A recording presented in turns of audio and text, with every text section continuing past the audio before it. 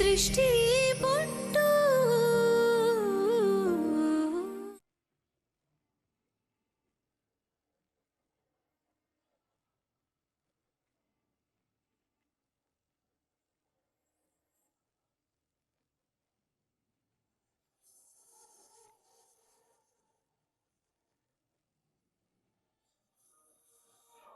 ಮಾತಾಡ್ಬೋದಾ?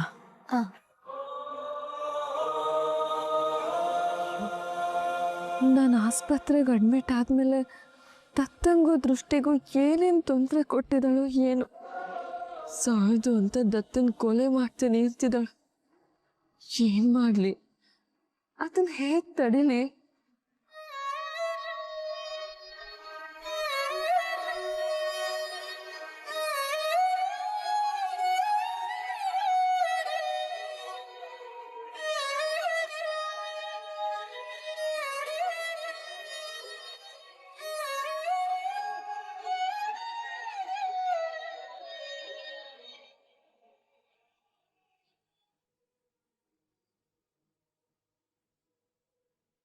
ಯಾಕಂದ?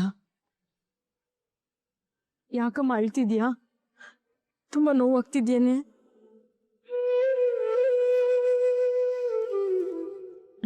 Doctor ಕರೀಲ? ಅವ್ವ, ದತ್ತ ಬೆಟ್ಟದಂಥ ಮನುಷ್ಯ. ನನ್ನ ಮಗಳ ಬಣ್ಣದ ವಿಷಯ ಗೊತ್ತಾದ ತಕ್ಷಣ ಕುಸ್ತು ಬಿದ್ದುಬಿಟ್ರು ಕಣೆ. ಅವ್ರ ಮನಸ್ಸಿಗೆ ಎಷ್ಟು ಆಘಾತ ಆಗಿದೆಯೋ ಏನು.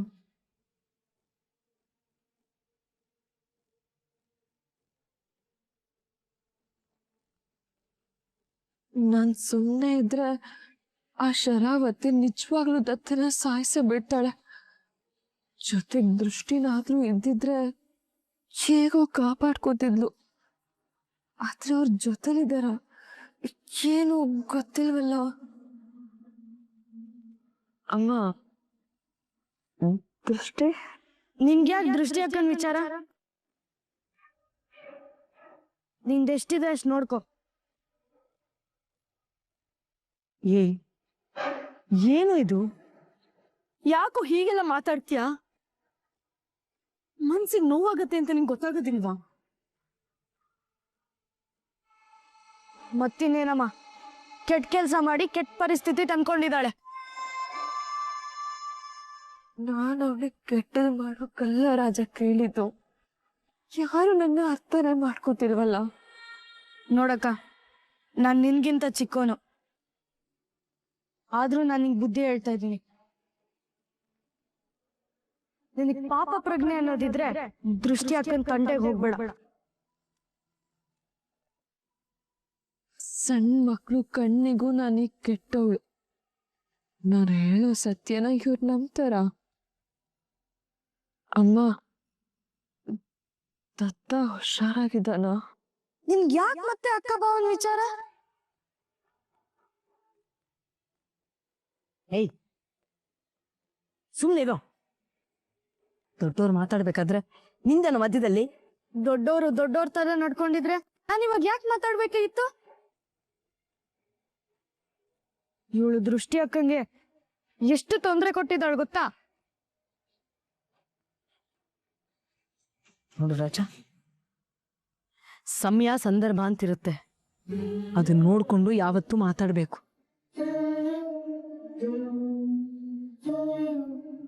ರೂಪ ಈಗ ತುಂಬಾ ನೋವಲ್ಲಿದ್ದಾಳೆ ಕಣೋ. ಹೀಗೆಲ್ಲ ಮಾತಾಡ್ಬೇಡ. ನೋಡ್ಕಂದ, ನೀನು ದೃಷ್ಟಿ ಬಗ್ಗೆ ಯೋಚನೆ ಮಾಡಬೇಡ. ಯಾವ ಗ್ರಹಚಾರವೋ ಏನೋ, ನನ್ನಿಬ್ರು ಹೆಣ್ಮಕ್ಳು ಒಂದೇ ದಿನ ಬಿರುಗಾಳಿಲಿ ಸಿಕ್ಕಾಕೊಂಡ್ಬಿಟ್ರು. ನೋಡು, ಈಗ ನೀನು ಬೇಗ ಹುಷಾರಾಗಬೇಕು, ಬೇಗ ಮನೆಗೆ ಬರಬೇಕು ಅಲ್ವಾ? ನೀನು ಅದ್ರ ಬಗ್ಗೆ ಗಮನ ಕೊಡ್ಬೇಕಮ್ಮ.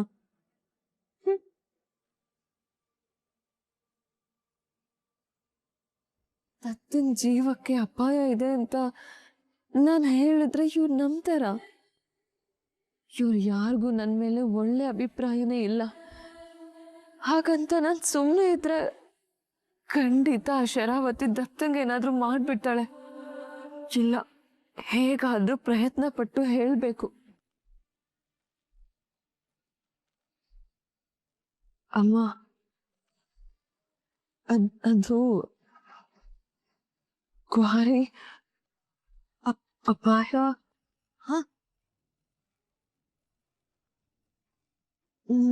ಮಣ್ಣು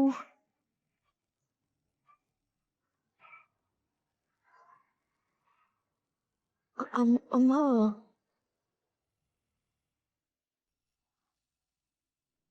ಹಬ್ಬ, ಇವತ್ತಿಂದ ನಾನು ನೆಮ್ಮದಿಯಾಗಿರ್ಬೋದು. ನಮ್ಮ ಮನೆಯಿಂದ ಆ ಪೀಡೆ ತೊಲಗ್ತು.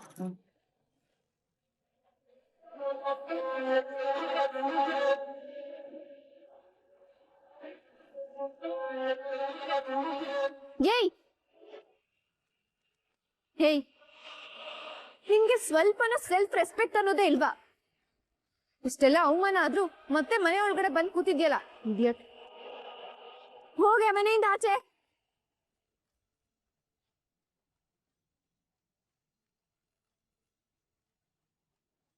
ಹೋಗು ಅಂದೆ. ಅಮ್ಮ, ಬ್ರೋ, ಡಿ, ಎಲ್ಲರೂ ಬನ್ನಿ.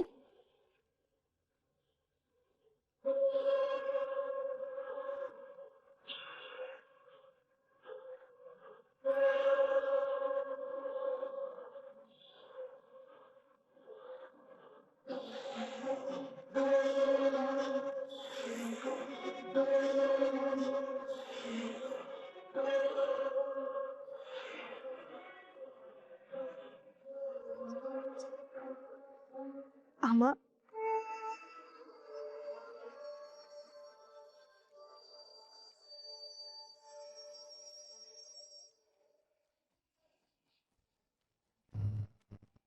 ಏಯ್, ನೀನ್ ಯಾಕೆ ಬಂದೆ?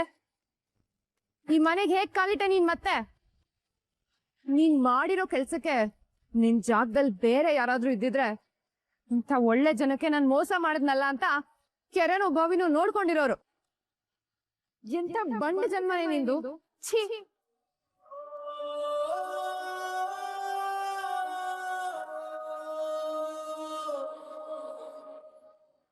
ಇಷ್ಟೆಲ್ಲ ಆದ್ಮೇಲೆ ವಾಪಸ್ ಈ ಮನೆಗ್ ಬಂದ್ ನಿಂತಿದ್ಯಲ್ಲ, ಎಂತ ನಾಚಿಕೆ ಬಿಟ್ಟೋಳು ಇರ್ಬೇಕು ನೀನು. ಶರು, ಯಾಕೆ ಒಂದೇ ಸಮನೆ ಬೈತಾ ಇದೀಯಾ? ಯಾಕ ಯಾಕ ಅಮ್ಮ, ನಾನ್ ಯಾಕೆ ಬೈತಿದ್ದೀನಿ ಅಂತ ನಿನಗ್ ಗೊತ್ತಿಲ್ವಾ? ಇವಳೇನ್ ಚಿಕ್ಕ ತಪ್ಪ ಮಾಡಿದಾಳೆ. ಪಾಪ, ನನ್ ತಮ್ಮಂಗೆ ಬಂದವರೆಲ್ಲ ಮೋಸ ಮಾಡಿದ್ರು. ಇವಳಾದ್ರೂ ನನ್ ತಮ್ಮಂಗ್ ಪ್ರೀತಿ ಕೊಡ್ತಾಳೆ ಅನ್ಕೊಂಡ್ರೆ ಇವಳಂತೂ ಎಲ್ಲರಿಗಿಂತ ದೊಡ್ಡ ಮೋಸ ಮಾಡಿದ್ಲು.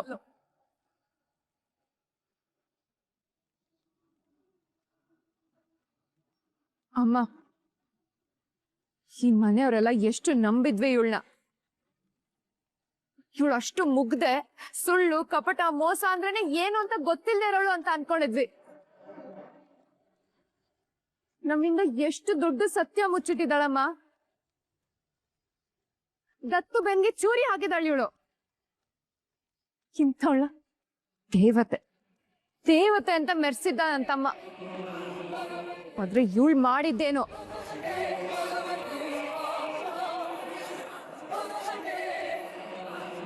ಏನೋ ಹೇಳ್ತಾರಲ್ಲ, ನಾಯಿನ್ ತಂದು ಸಿಂಹಾಸನದ ಮೇಲೆ ಕೂರ್ಸಿದ್ರು ಅದ್ರ ಬುದ್ಧಿ ಅದ್ ಬಿಡಲ್ಲ ಅಂತ.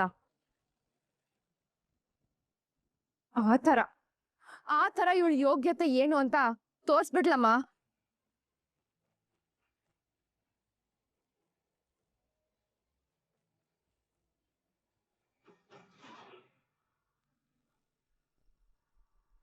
ಏ ರೂಪಾ, ಅದು ನಾನು ಕುಡ್ಕೊಂಡು ಬಂದ ಬೆಬೆ ಬೆಬೆ ಅಂತೀನಲ್ಲ, ಆ ಥರ ನೀನು ಬಡಬಡಾಯಿಸ್ತಾ ಇದೀಯಾ. ಎಂತ ವ್ಯಕ್ತಿ ಹಾಸ್ಪಿಟ್ಲು. ಸ್ವಲ್ಪ ಬಾರಿಸ್ಕೊಂಡಿರ್ತೀರಾ ಇಬ್ರು? ಕಂದ, ಇವ್ರ ಮಾತ್ ಬಗ್ಗೆ ತಲೆ ಕೆಡಿಸ್ಕೋಬೇಡ. ಅದೇನ್ ಹೇಳ್ತೆ ಕಂದ, ಹೇಳು. ಈಗ ನಾನು ಇವ್ರ ಹತ್ರ ಹೇಳಿ ಮತ್ತಿನ್ನೇನಾದ್ರೂ ಆದ್ರೆ, ಮೊದ್ಲೇ ಇವ್ರು ಯಾರಿಗೂ ನನ್ ಮೇಲೆ ನಂಬಿಕೆ ಇಲ್ಲ. ಆಮೇಲೆ ಶರಾವತಿ ನನಗೇನಾದ್ರೂ ಮಾಡ್ಬಿಟ್ರೆ ಏನಿಲ್ಲ ಅಮ್ಮ, ನೀರ್ ಬೇಕು.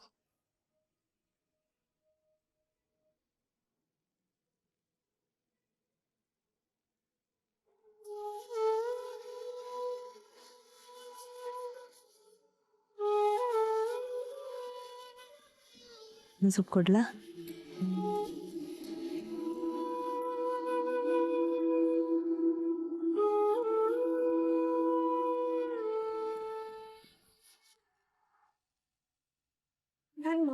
ಸಾಕು. ಇದುವರೆಗೂ ನಿನ್ ಮಾತ್ ಕೇಳಿ ಕೇಳಿ ನಾವ್ ಮೋಸ ಹೋಗಿದ್ ಸಾಕು. ಇದ್ರ ಮೇಲೂ ನಮ್ ಕಿವಿ ಮೇಲೆ ಹೂವಿಡಕ್ ಬರ್ಬೇಡ ದೃಷ್ಟಿ.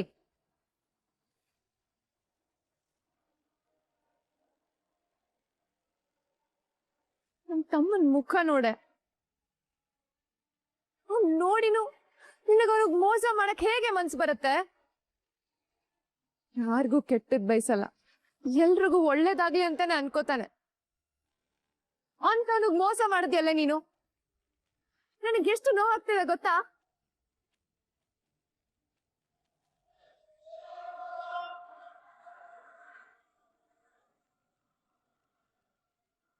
ಚಿಕ್ಕಮ್ಮವ್ರೆ, ಮತ್ತೆ ಒಂದ್ಸಾರಿ ನನ್ ಮಾತನ್ನು ಕೇಳಿ.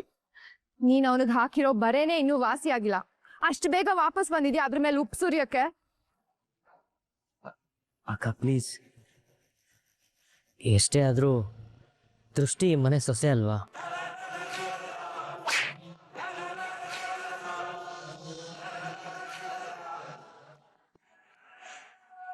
ಯಾವಳ ಸೊಸೆ? ಮೋಸ ಮಾಡಿ ಸೊಸೆ ಪಟ್ಟಕ್ ಬಂದ್ಬಿಟ್ರೆ ಸೊಸೆ ಆಗ್ಬಿಡ್ತಾಳ? ಯಾರಾದ್ರೂ ಅವಳ ಪರ ವಹಿಸ್ಕೊಂಡ್ ಮಾತಾಡಿದ್ರೆ ನಾನ್ ಸುಮ್ನೆ ಇರಲ್ಲ.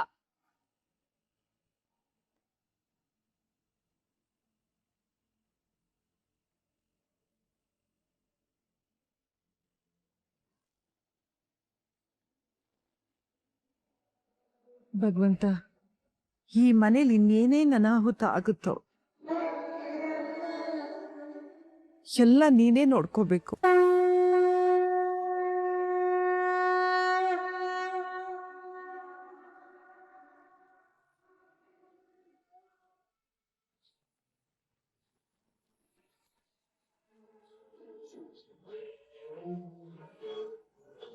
ಹೇಮಾ,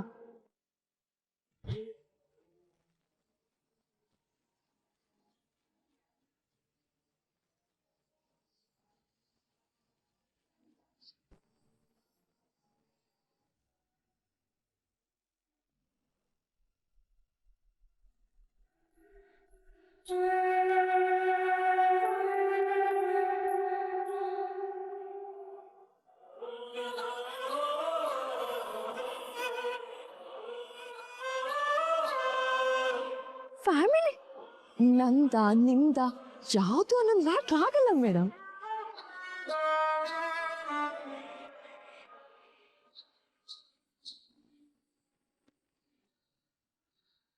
ಗಂಧ ತಗೋ.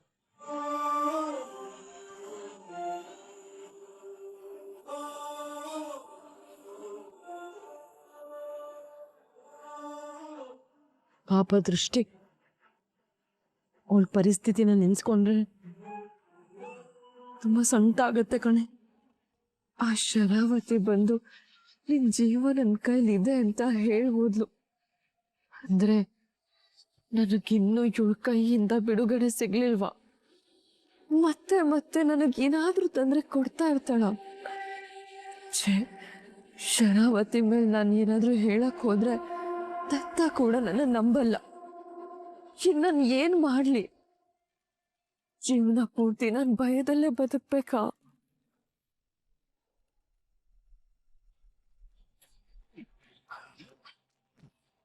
ಯಾಕಮ್ಮ, ಏನಾಯ್ತು? ಯಾಕೆ ಹೆದರ್ಕೊಂಡೆ? ಹೇಳ್ಬಿಡ್ಲಾ? ಮಾತಾಡು ಮಾತಾಡು ಕಂದ, ಏನಾಯ್ತು ಹೇಳು. ಹೇಳಿದ್ರೆ ಆ ಶರಾವತಿ ನನ್ನ ಕೊಂದ್ಬಿಟ್ರೆ? ರೂಪ, ರೂಪ ಏನಾಯ್ತು ಹೇಳು.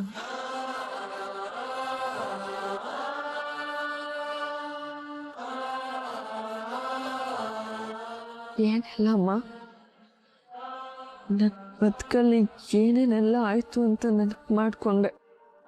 ಭಯ ಆಯ್ತು.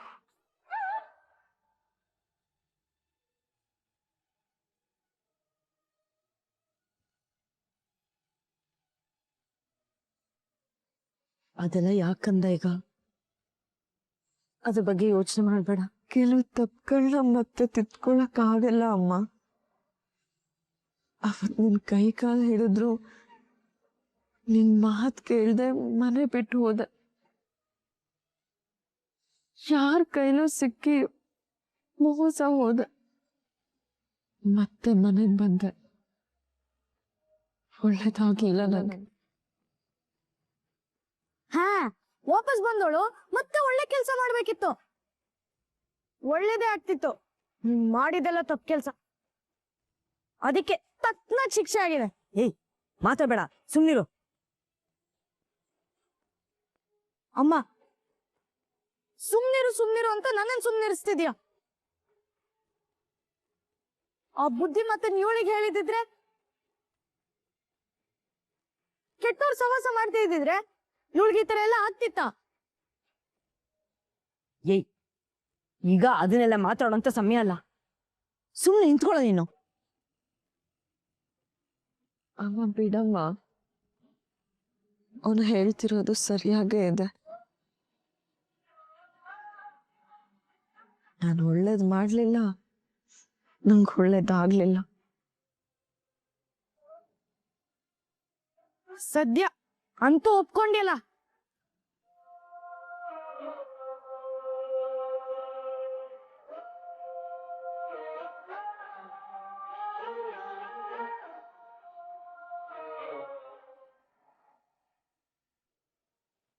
ಆದ್ರೂ ನಾವ್ ಅದ್ ಯಾವ್ದನ್ನು ನೋಡ್ದೆ ಇವಳನ್ನ ಸೊಸೆ ಮಾಡ್ಕೊಂಡ್ವಿ.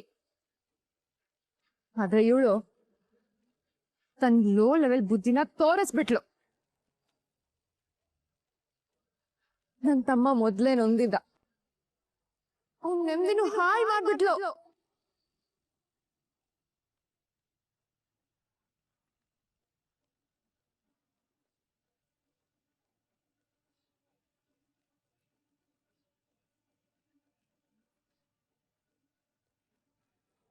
ತಗೋ,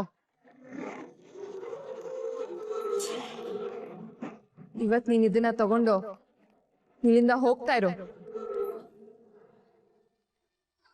ನಿನ್ಗೆ ಇನ್ಮೇಲೆ ಈ ಮನೆ ಜಾಗ ಇಲ್ಲ.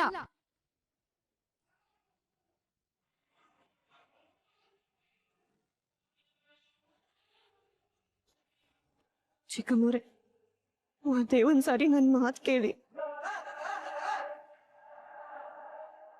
ಮಾತಾಡ್ಬೇಡ, ಬಾಯಿ ಮುಚ್ಕೊಂಡು ಹೊರಡ್ತಾ ಇರು.